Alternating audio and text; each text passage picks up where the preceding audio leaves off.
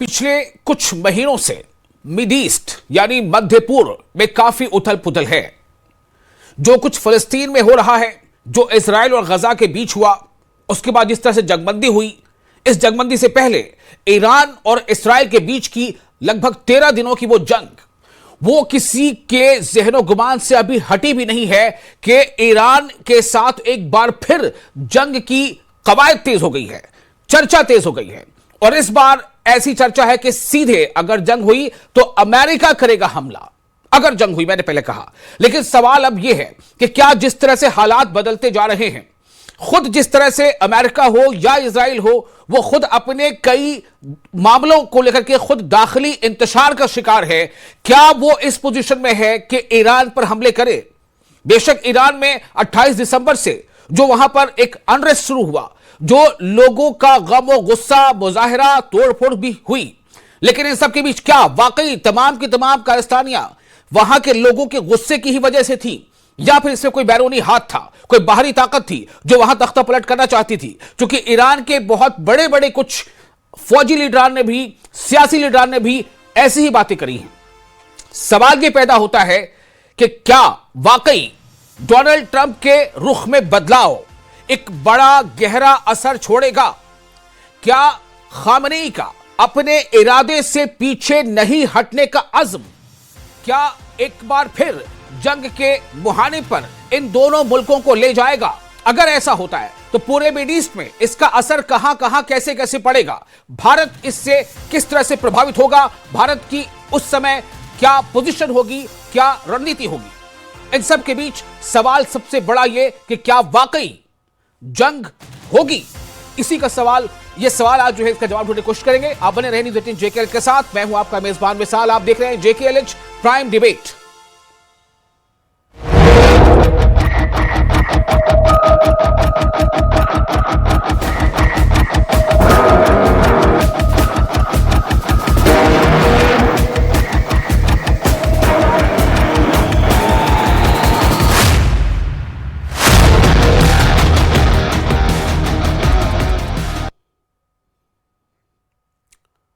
तो आज इस खास चर्चा में शामिल होने के लिए हमारे पास एक अच्छा खासा पैनल मौजूद है।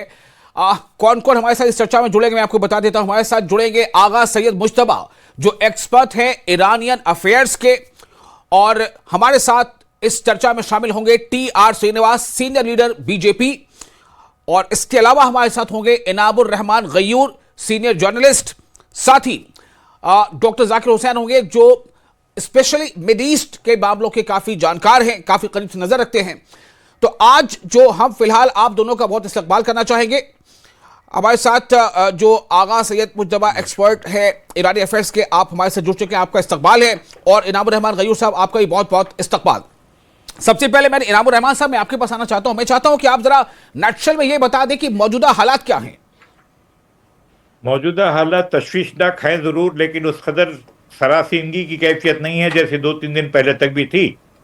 उसका यह मतलब नहीं है कि जंग के बादल छट गए हैं। इसका मतलब यह नहीं है कि ईरान का रिजॉल्व कम हो गया या अमेरिका ने जो है वाकई कुछ डर गया और पीछे हट गया। ऐसी बातें नहीं है। हर कोई एक अच्छे अपने अपने पैंतरे सोच रहा होगा, लेकिन इसमें आलम इंसानियत के लिए वजह तशवीश इस वजह से है क्योंकि ये जंग अगर होती है तो ईरान के लिए बहुत ज़्यादा नुकसानदेह होने के साथ साथ आलम इंसानियत के लिए भी बहुत नुकसानदेह हो सकती है। खुद अमेरिका के लिए बायस सख्त परेशानी हो सकती है ऐसी जंग। ये टल जाए तो बहुत अच्छा है, हमेशा के लिए टल जाए तो बहुत अच्छा है। ये टल जाए तो बहुत अच्छा है, हमेशा के लिए टल जाए तो बहुत अच्छा है। बहुत अच्छा लगा, आपने बहुत ही इख्तिसार के साथ फिलहाल मौजूदा हालात पर रोशनी डाली है। मैं फिर आपके पास आऊंगा। अब मैं फिलहाल रुख करता हूं, हमारे दूसरे मेहमान जो है हमारे साथ मौजूद हैं, आगा सैयद मुश्तबा, एक्सपर्ट है ईरानियन अफेयर्स के। मुश्तबा साहब, आपका इस्तकबाल करने के साथ साथ आपके जहन में क्या चल रहा है अभी इस वक्त? आपके जहन में क्या बातें चल रही हैं? क्या जंग होगी? अगर जंग होगी तो ईरान की हालत क्या होगी? अगर जंग होगी तो ईरान किस तरह से उसका सामना करेगा, या जंग नहीं होगी? देखिए, मुझे बुलाने के लिए आपका शुक्रिया जी। सबसे पहले, जंग किसी भी हालत में अच्छी चीज नहीं है। बिल्कुल, जंग जो है खुद एक बुरी चीज है, और किसी लिहाज से भी दुनिया के किसी कोने में जंग होनी नहीं चाहिए। मसाइल हैं, इख्तिलाफात हैं, अगर दुनिया का वतीरा और तरीका यही बन जाए कि मसाइल को बातचीत के ज़रिए आपस में मिल बैठ कर हल किया जाए तो ये दुनिया के लिए बहुत अच्छा था। देखिए, अभी जो हालात बन रहे हैं उस लिहाज से मैं नहीं समझता हूं कि अमेरिका जो है ये बेवकूफ़ी करेगा ईरान पे हमला करने का, क्योंकि ईरान एक कमज़ोर मुल्क नहीं है।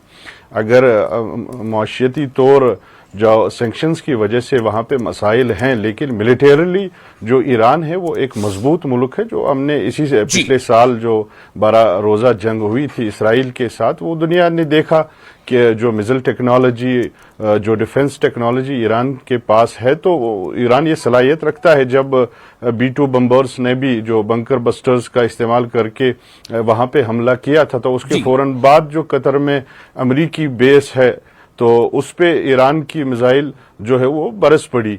लिहाजा यही सिनेरियो अभी बनता है कि किसी लिहाज से जंग किसी भी मसले का हल नहीं है, और ईरान को कमज़ोर समझकर उस पर हमला करना, ये मैं नहीं समझता हूं कि इतना बेवकूफ़ भी अमेरिका होगा। बिल्कुल। अब सवाल ये पैदा होता है कि ये तो बात की बात है, हालांकि पहले तो इसी का अंदाजा किया जाता है कि अगर दो बदे मुकाबिल हैं तो वो देखते तोलते हैं कि मेरे हक में क्या क्या चीजें हैं, मजबूती किस तरफ है, कमजोरी किस तरफ है। लेकिन मैं आपसे जानना चाहता हूं कि क्यों ऐसी आज हम चर्चा ही कर रहे हैं कि ये जंग होगी? क्या वजह है, क्या खता है ईरान की? क्या ऐसा कर दिया ईरान ने कि अमेरिका चाहता है कि जंग हो और ईरान को सबक सिखाया? जी बिल्कुल, आपका बहुत उम्दा सवाल है और जो बरवक्त सवाल है। देखिए, मसला जो है, अमेरिका और ईरान की कोई बराह रास्त कोई दुश्मनी नहीं है। उनका कोई डिस्प्यूट जो है आपसी, जो बायलैटरल डिस्प्यूट जिसको हम कहेंगे, वो नहीं है। जो मसला जो है वो इसराइल के हवाले से है कि इसराइल एक गासिब एंटिटी है, इलिजिटिमेट एंटिटी है, जिसने फलस्तीन की सरजमीन पे गासिबाना कब्जा किया है। और फलस्तीन के उसमें देखिए, मुझसे कोई एतराज भी कर सकता है, लेकिन एतराज करने से पहले उसको तमाम यूएन चार्टर्स देखनी पड़ेंगी, जो बार बार जो है यूएन रेजोल्यूशंस जो इसके हवाले से दुनिया भर के सामने हैं, उनको देखकर फिर अपना जो जवाब देना पड़ेगा। तो फलस्तीनियों को जो अपने सरजमीन से, अपने घरों से, अपने ज़मीनों से बेदखल करके वहाँ पे जो है ज़बरदस्तियाँ सेटलमेंट्स बनाई गई, उस वजह से, क्योंकि ईरान जो है फ़लस्तीनी अवाम का हामी रहा है, वकील रहा है, उनकी हक की बात करने वाला रहा है, खासकर इस्लामी इनकलाब के बाद। तो वही एक दुश्मनी है अमेरिका की कि ईरान जो है उस पॉलिसी से हट जाए, और जो अमेरिका की तोती बाकी सारे जो है इस खित्ते के ममालिक हैं बोलते हैं, ईरान भी बोलना लगे, तो ईरान के साथ कोई दुश्मनी नहीं रहेगी। लेकिन जब तक फलस्तीन की, जब तक गजा की बात ईरान करता है, तो ईरान की दुश्मनी अमेरिका के लिए जरूरी बन जाती है। ठीक है, हमारे साथ श्रीनिवास साहब भी हैं। श्रीनिवास साहब, मैं आपके पास आना चाहता हूं। मैं आपसे दो चीजों पर सवाल करूंगा, छोटे दो सवाल मेरे हैं। वो सवाल ही है कि पहले तो आप ये बताएं कि आपको क्या लग रहा है, जो आपका तजुर्बा है, जो आपकी ऑब्जर्वेशन है, रीडिंग है, क्या लग रहा है कि वाकई अमेरिका जो है वो हमला करने जा रहा है ईरान पर? और पहला। दूसरा सवाल ये कि क्यों आखिर ये जंग अगर होगी तो क्यों होगी? क्या बड़ा कारण आप देखते हैं? आजम साहब, बहुत बहुत शुक्रिया ये डिबेट के लिए जी। आई होप मेरा आवाज आपको आप तक आ रहा है। ये देखिए, ये मल्टीपोलर वर्ल्ड में अगर जिस तरह से हम बोलेंगे कि जिस तरह से कोई अभी फिलहाल 2 गुट नहीं है, 3 गुट नहीं है, क्योंकि हर किसी का एक मफाद होता है, एक इंटरेस्ट होता है। जिस क्षेत्र में आपके इकोनॉमिकल, जियोपॉलिटिकल एंड आपके मिलिट्री जो आपके एम्बिशंस होते हैं, उसके हिसाब से आपका पॉलिसी बनता है। अब देखिए, डोनाल्ड ट्रंप जब है, हर किसी से उन्होंने हर किसी को माई वे और हाईवे के हिसाब से काम कर रहे हैं। और जिस तरह से ये वेनेजुएला का आपने देखा है, छोटे छोटे कंट्रीज को धमकाना, उनको करना, ग्रीनलैंड पे अब आक्रमण की कोशिश कर रहे हैं। मगर फिलहाल ये है, ये कैरेट एंड स्टिक का मामला है। और ये जिस तरह से मैं 25 साल से ज्यादा मैं ग्राउंड पे रहा हूँ, मिडिल ईस्ट में मैं देख रहा हूँ, अभी अमेरिका इस जल्दबाजी में पॉलिटिकल इंटरेस्ट और इकोनॉमिक इंटरेस्ट इतना जल्दी तबाही नहीं करेगा, क्योंकि कुछ भी होगा तो लिमिटेड पीरियड के लिए होगा, उससे ज्यादा कुछ नहीं होगा। क्योंकि जैसे लास्ट टाइम भी जो हुआ था जी वो भी लिमिटेड पीरियड के लिए हुआ। बस आपने दो मारे, इन्होंने दो मारे, अब सब सब अब अच्छे हैं, एवरीथिंग इज सेटल नाउ। अब प्रॉब्लम ये हो रहा है कि ट्रम्प बोलते हैं कि भाई आप मेरी सुनो, अगर नहीं सुनोगे तो आपको मैं पनिशमेंट दूंगा। ये जल्दबाजी में पूरा वर्ल्ड का जो पॉलिटिकल ऑर्डर है, जो जी जो कुछ एग्रीमेंट्स हैं कंट्रीज में, वो राइट करने की भी जल्दबाजी है, क्योंकि उनके पास प्रॉब्लम्स बहुत हैं। क्योंकि इंटरनल पॉलिटिकल प्रॉब्लम्स है, इंटरनल इकोनॉमिक प्रॉब्लम, $38 ट्रिलियन का डेट है उनको, उस पर से डिफ्लेक्ट तो करना है उनकी आवाम का जो रिएक्शन है, तो कुछ ना कुछ तो वो करना चाहते हैं। और दूसरा ये लोकल जो आप मिडिल ये ईस्ट का कहना चाह रहे जो शिदवार साहब कि इशू है, अमेरिका के पास कोई बहुत बड़ा कारण नहीं है ईरान पर हमला करने का, बल्कि अपनी जो इंटरनल जो उनके चैलेंजेस हैं देश के अंदर आंतरिक, उससे कहीं ना कहीं ध्यान मोड़ने के लिए इस तरह की चीजें जो है कि अमेरिका, ट्रम्प साहब कुछ बोल रहे हैं या कर रहे हैं। यही हो रहा है। देखिए मैं आपको ऑल सीरियसनेस में आपको एक छोटा सा एग्जांपल देता हूँ। जी जॉर्ज डब्ल्यू बुश जब थे प्रेसिडेंट, हाँ उन्होंने इतना इतना वो मीडिया में आए, इतना टेलीविजन पे आया, कुछ नहीं किया। उन्होंने अपना प्रपोजल वापस लिया, अगले दिन उन्होंने अटैक किया इराक पे, जब वो इराक का वॉर हुआ।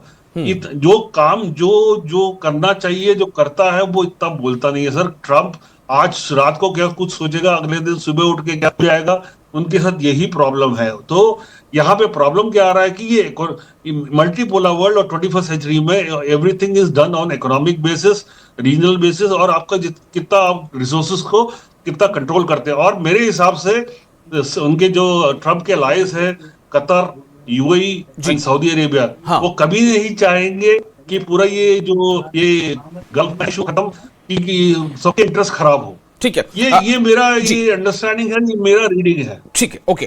मैं गयूर साहब आपके पास भी आऊंगा। हमारे साथ फिलहाल डॉक्टर जाकिर हुसैन जुड़ चुके हैं, एक्सपर्ट हैं फॉरेन अफेयर्स के, स्पेशली मिड ईस्ट। जाकिर साहब, मैं आपसे जानना चाहता हूं कि अमेरिका अगर जंग करता है या हमला करता है तो क्यों हमला करे अमेरिका ईरान पर, पहली बात। दूसरा ये कि जो अभी हालिया एक दो बयानात डोनाल्ड ट्रंप के आए हैं, जिस तरह से लग रहा है ऐसा कि उनके मौक़िफ़ में कुछ तब्दीली है, अगर आपको लगता है कि वाकई ये तब्दीली है तो उसकी वजह क्या है?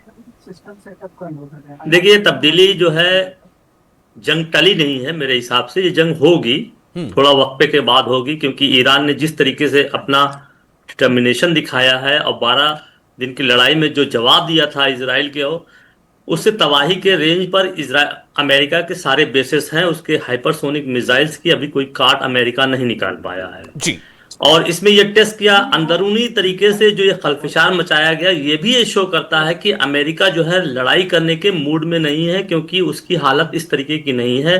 ना तो वो अपना बेसिस जो है, करीब 2 दर्जन से ज्यादा बेसिस है, उसको बचा पाएगा, ना तो अपने एलाइज को बचा पाएगा। ये चीज बिल्कुल क्लियर हो गई थी जब इजराइल ने कतर पे अटैक किया जी। तो ये तबाही का एक मंजर उस रीजन में आ रहा है, जिसको अमेरिका नहीं रोक सकता है, और ये लड़ाई और ज्यादा बढ़ जाएगी। गाजा में भी जो है प्रॉब्लम बढ़ जाएगी। तो ये सबको देखते हुए, सोचते हुए, समझते हुए, फिलहाल कुछ दिनों के लिए लड़ाई टाली गई है, लेकिन लड़ाई होगी। नंबर 1। आप कह रहे हैं कि कुछ दिनों के लिए लड़ाई टल गई, ऐसा लगता है। अगर ये कुछ दिनों के लिए टल गई है, मान लीजिए, तो ये तो टली ही भी थी। अमेरिका ने तो ऑलरेडी अपने B-2 बॉम्बर से बॉम्ब बरसा ही थे ईरान पर, फिर उन्होंने जो है उसके बाद वो जो पीछे हटे तो लगा कि भैया वो हमला नहीं करेंगे, तो टल गया हमला। लेकिन फिर जब बात आ रही तो लगातार उसको टला वही माना जाए ना। लेकिन फिर अब तो बात हो रही कि वो पर तोला जा रहा है कि जंग करनी है। हाँ, इसीलिए, लेकिन फिर अभी परतोला जो है रोक दिया गया है, क्योंकि 6 महीने में उन लोगों ने ये इंटरनल डिस्टर्बेंसेस क्रिएट किया था पूरी तरीके से। जिस तरीके से असलहे का, जिस तरीके से स्टारलिंक के जरिए जो है पूरा इंटरनेट को कब्जा करने का, और ये बिल्कुल वाजे है, उसमें कोई शुबह की बात नहीं है। वेस्टर्न मीडिया से हट के अगर हम देखें तो उसमें बड़े पैमाने पर जो है आर्म सप्लाई किए गए, एजेंट्स को तैयार किया गया, बाहर से भी भेजा गया, अंदर से भी आए। तो ये एक कोशिश थी, लेकिन इसमें भी वो फेल हो गए हैं। इजराइल, अमेरिका ने कंट्रोल कर लिया है। उसके एक रीजन, बड़ा रीजन ये था कि वहां की पब्लिक जो है उतना जो है खामनाई की गवर्नमेंट से परेशान नहीं है जितना अमेरिका के फिर आने से, क्योंकि शाह ने भी बहुत ज्यादा वहां पे जालिमाना हरकतें की थी और पूरा एक तरीके से अमेरिका का ही बेस बन रहा था। जो ये प्रोटेस्ट गवर्नमेंट उसी के खिलाफ आई थी कि ये अमेरिका का बेस नहीं है, इजराइल का बेस नहीं है, तो अमेरिका इसी को अपना बेस बनाना चाहता है।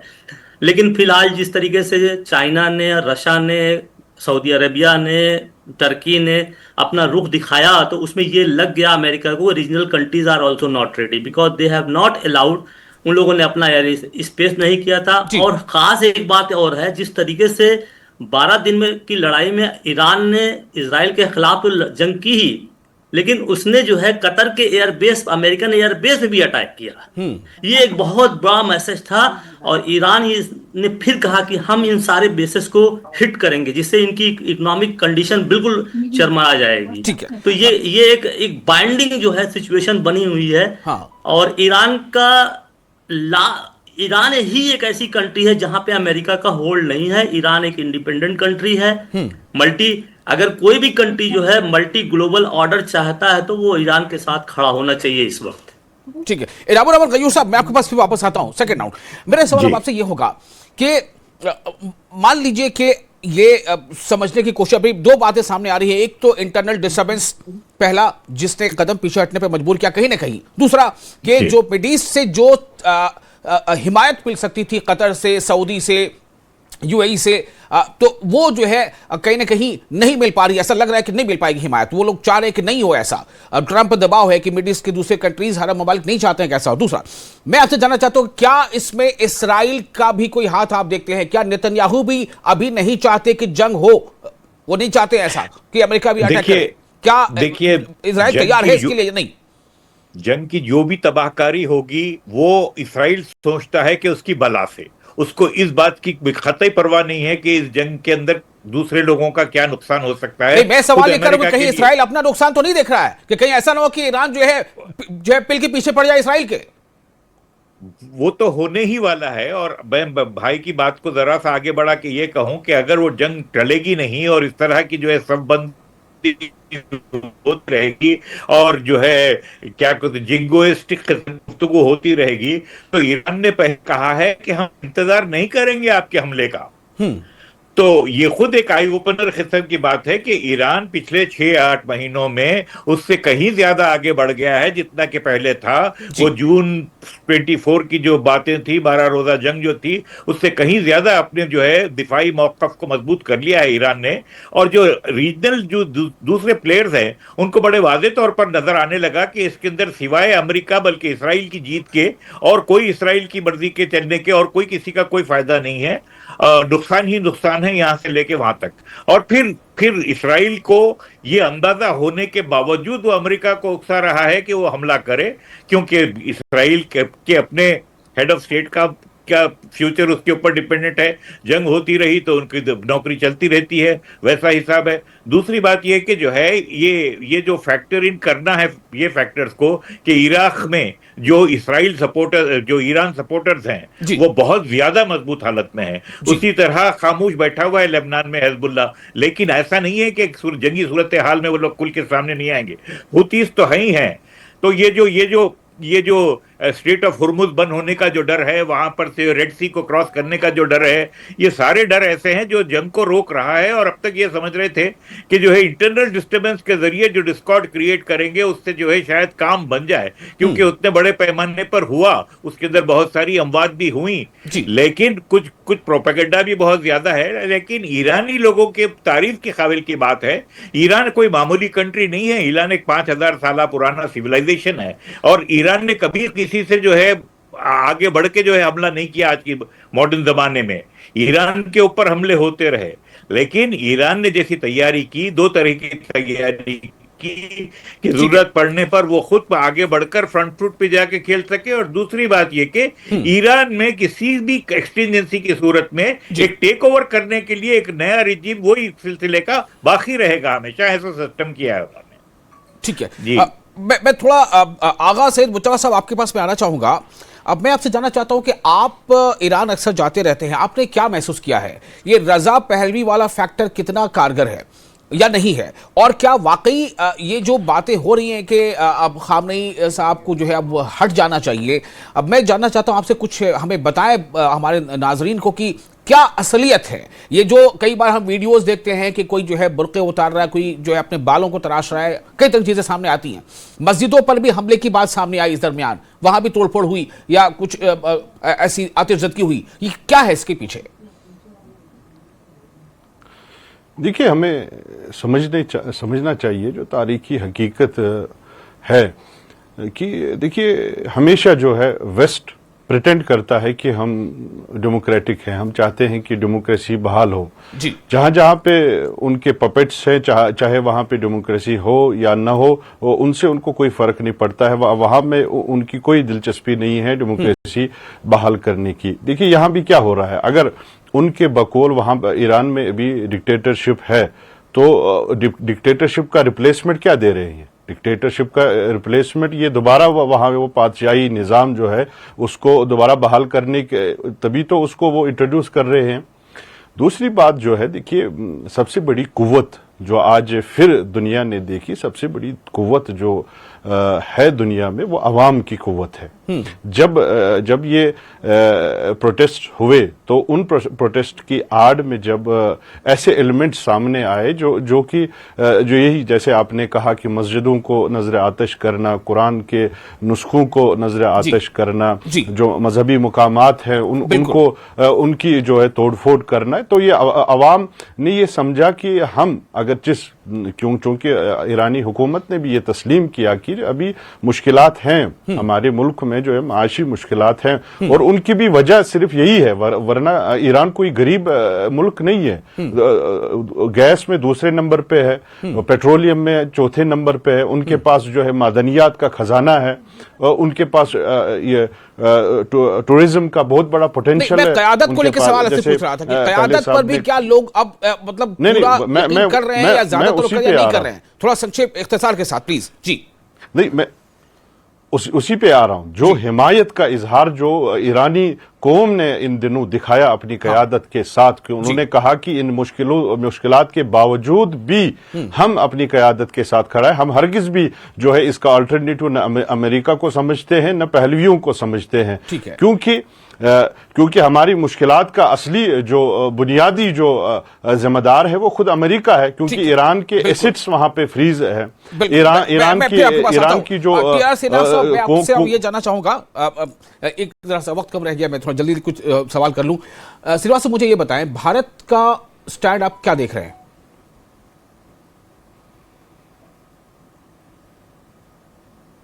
देखिए, हमारा stand, we always propose for a peaceful settlement of all the issues.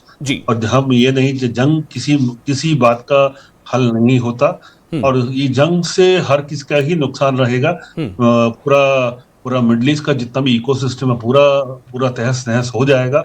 और ऊपर से जो ऑयल के प्राइसेस हैं, एक बार अगर आपका वॉर स्टार्ट हुआ, आप देखिए सबसे पहला असर हम ही को पड़ेगा, क्योंकि उसके एकदम से जो ऑयल प्राइसेस जो शूट अप होंगे, उसके हिसाब से हमको जो हमारा जो क्रूड बास्केट है उस पर हमको असर पड़ेगा, और हमारा जो बाइंग है, और क्योंकि ईरान भी हमको देता है, अभी सैंक्शन भी हो रहा है, और हमारा जो चाबार पोर्ट में हमारा जो इन्वेस्टमेंट है उसमें भी हम यही बोलते हैं कि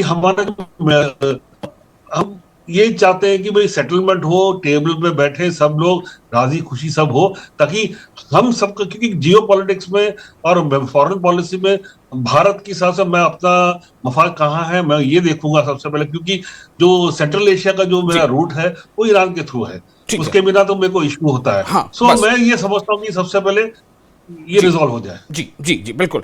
जाकिर साहब, फाइनल कमेंट आपसे, आप कितना महसूस कर रहे हैं फर्क अरब ममालिक के रवैये में इस बार?